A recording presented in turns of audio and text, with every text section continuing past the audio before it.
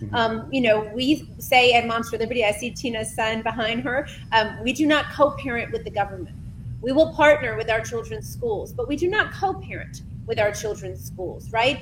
And so we do believe that parents should be directing, and making the choice as to how their child is educated. It's important to us to make sure that while we're supporting those bills and while we're supporting educational freedom, we're also being very aware of the fact that education has been captured by a lot of people in this country. And to think that they wouldn't continue to try to capture school choice opportunities as we move forward would be foolish of us, to be honest with you. And conservatives, not to be too mean and beat up on them, but the truth is that they've been kind of school choice or die for quite some time without really paying attention to education.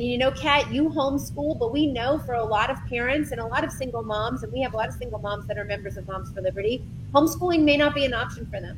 Their children they may be working a job, 2 jobs, their children are in school. And so, Tina and I worked in public schools. We've seen the love that teachers have for the students that they have in the classroom and the difference that teacher can make in the life of a child. So while we support school choice and educational freedom, we also believe that it's important for Americans to reclaim public education because it is of value to the United States, and it's a value, and I think it shows the beauty of what we stand for in the United States, that every child deserves and should get a good quality education where they're learning how to read. Again, 95% of kids have the ability to learn to read. That's neurodiverse children as well, but only a third of children are learning to read proficiently in America's classrooms. It's concerning, especially when you look at how the graduation rates just continue to increase across this country.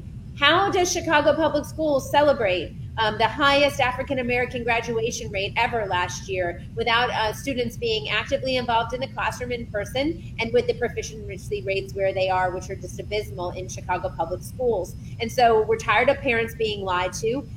School choice is important, but it's really about making sure that the parents are informed so that they can make the best choices for their own child.